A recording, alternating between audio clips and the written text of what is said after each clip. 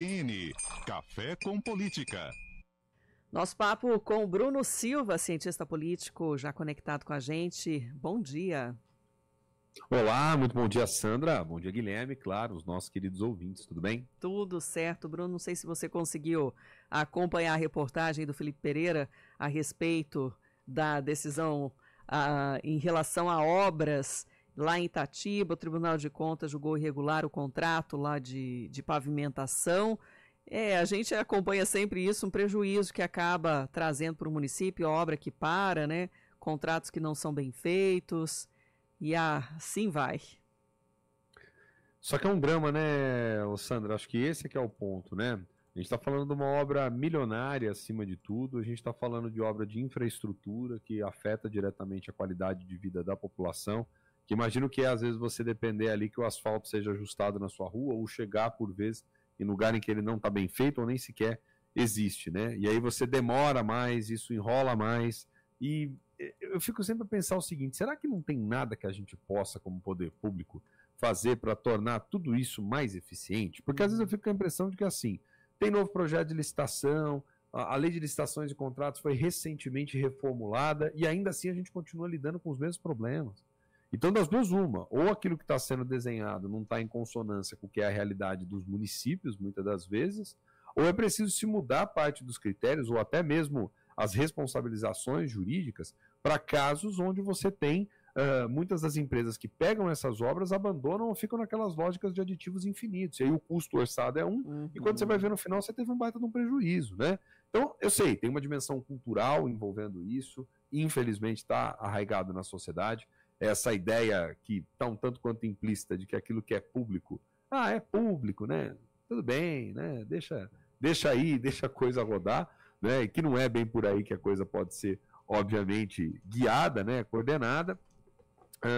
E fora toda essa dimensão de irregularidade de contrato que a gente vê. Você falou da questão das empresas que falhem também, ou acabam decretando falência ao longo do processo. Veja, tudo isso é prejuízo grave, né? Então, eu penso que é preciso aprimorar ainda mais, né, a lei de licitação e contratos, é preciso aprimorar ainda mais os mecanismos fiscalizatórios, é preciso, de alguma forma, responsabilizar de modo mais intenso, inclusive, as empresas que acabam não cumprindo com aquilo que foi inicialmente pensado.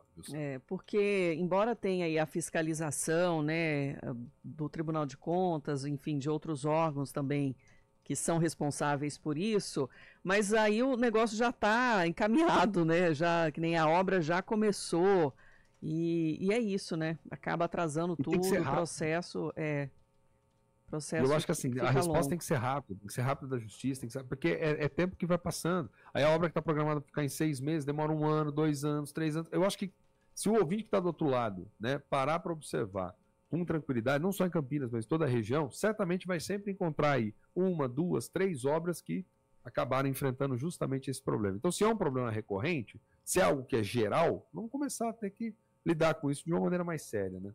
Com certeza. E aqui em Campinas, ontem a Câmara aprovou todo um pacotão das finanças, que foi um pacote encaminhado pela própria Prefeitura, né?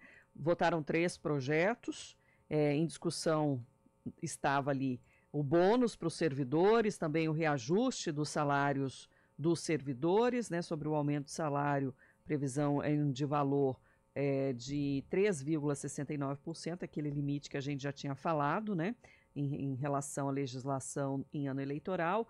Auxílio refeição deve subir para R$ 1.772.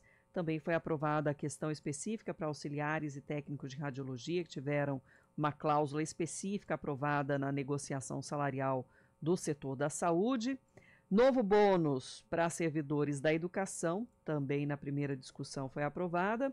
Os vereadores também aprovaram a campanha municipal de orientação às pessoas idosas contra fraudes, golpes no comércio eletrônico e na internet.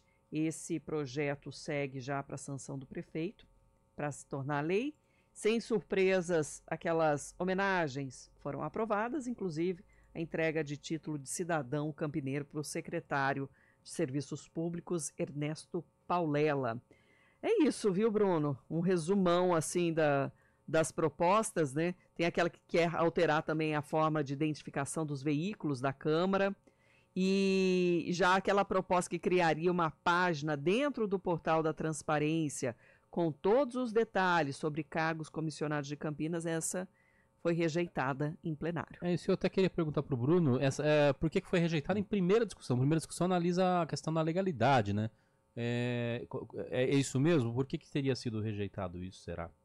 Sim, acredito que um dos motivos pelos quais poderia ter sido rejeitado ali é justamente dessa dimensão de uma obrigação para o Poder Executivo que, de algum modo, já faz essa prestação. Talvez não faz da maneira como as pessoas gostariam que fosse feita, não faz da maneira como o projeto, de alguma forma, né, acabou estabelecendo, né, colocando ali essa questão dos servidores comissionados e tratando da distinção em relação aos demais, e alguns poderiam até mesmo entender que isso talvez fosse ilegal, acredito eu, viu, Guilherme? Eu poderia dar algum problema de legalidade futuramente se tratando do projeto, além de ter uma responsabilidade nova para o Executivo. Porque o que acontece?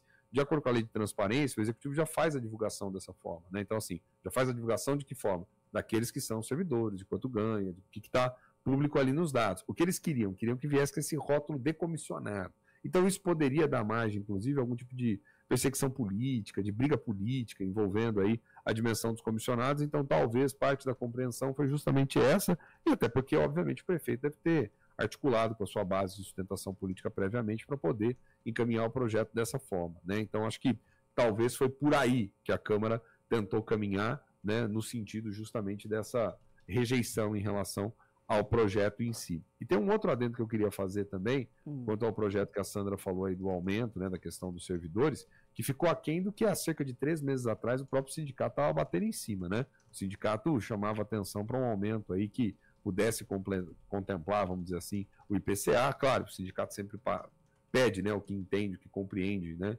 ser melhor, e aí depois você vai para a mesa de negociação. Então saiu bem abaixo daquilo que o sindicato queria inicialmente. O sindicato falava em algo em torno de 10,3% de reajuste há cerca de 3 meses atrás, em Campinas, né?